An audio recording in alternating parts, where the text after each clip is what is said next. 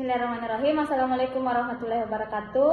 Yang terhormat Ibu Arisanti SSI MSI APT dan teman-teman sekalian yang sempat hadir pada kesempatan kali ini.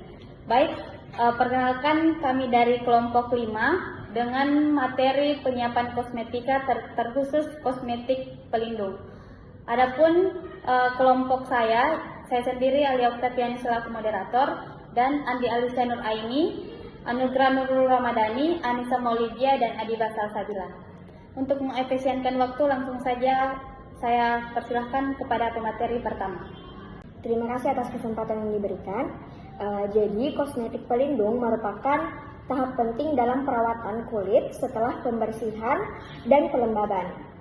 Produk ini berfungsi sebagai lapisan pertahanan terakhir kulit terhadap lingkungan. Adapun tujuan utama penggunaan perawatan ini yaitu pertama mencegah kerusakan kulit, yang kedua menjaga kelembaban, yang ketiga melindungi dari faktor eksternal. Tanpa perlindungan, kulit lebih mudah mengalami dehidrasi dan iritasi. Lalu ada peran dalam perawatan kulit. Urutan perawatan kulit yang ideal itu ada 4, yaitu pembersihan, pelembaban, perlindungan, dan tata rias.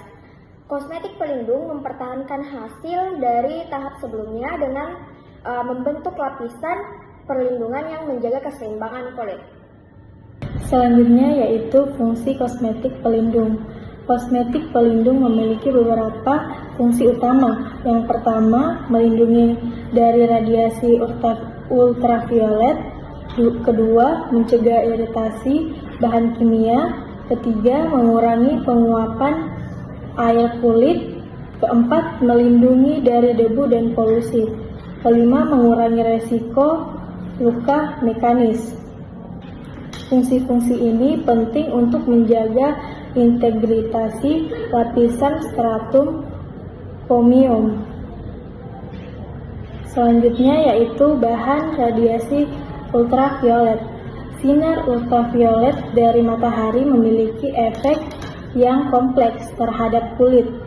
Paparan berlebihan dapat menyebabkan kemerahan, penggelapan kulit, penuaan dini, hingga risiko kanker kulit. Jenis radiasi ultraviolet yaitu yang pertama ultraviolet A, penuaan dini, ultraviolet B, kulit terbakar, ultraviolet C, disaring lapisan ozon.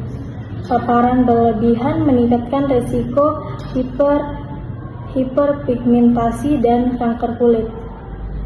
Adapun sunscreen atau tabir surya, sunscreen adalah bentuk kosmetik pelindung yang dirancang khusus untuk mengurangi efek radiasi UV.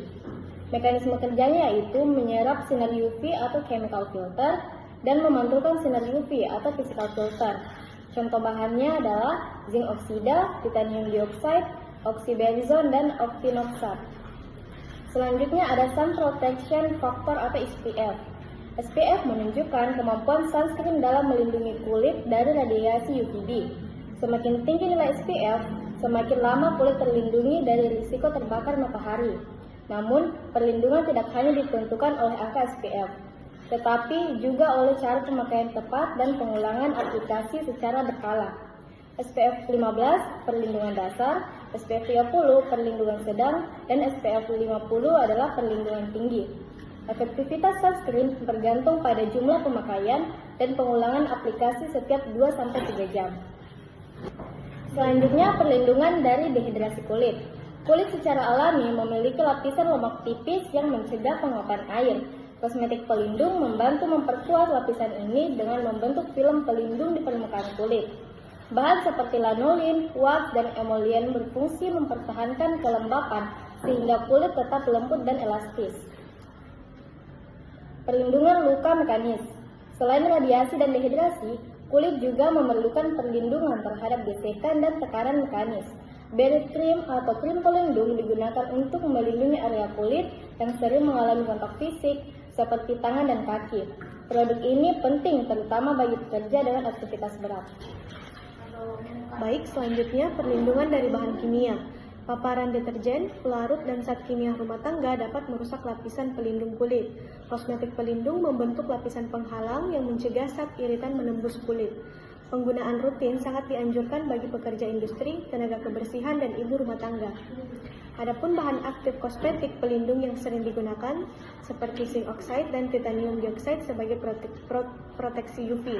Ada lanolin dan beeswax sebagai pelembab pelindung, ada petrolatum sebagai barrier kulit, ada silikon sebagai pelindung fleksibel, ada allantoin dan vitamin E sebagai perbaikan kulit. Kombinasi bahan meningkatkan fungsi protektif. Adapun cara penggunaan, yang pertama membersihkan kulit, lalu menggunakan pelembab dan mengaplikasikan kosmetik pelindung. Sunscreen digunakan 15 hingga 30 menit sebelum paparan matahari dan diulang secara berkala. Adapun dampak tanpa perlindungan yang beresiko, yang pertama ada kering dan retak, iritasi kronis, hiperpigmentasi, dan penuaan dini hingga kerusakan permanen. Perlindungan rutin mencegah gangguan tersebut. Baik, itulah tadi presentasi terkait kosmetik pelindung. Jadi sebagai kesimpulan, pada dasarnya kosmetik pelindung merupakan tahap penting dalam perawatan kulit setelah pembersihan dan pelembapan. Produk ini berfungsi sebagai lapisan pertahanan terakhir kulit terhadap lingkungan. Mungkin hanya itu yang sempat kami sampaikan, lebih dan kurangnya mohon dimaafkan. Assalamualaikum warahmatullahi wabarakatuh.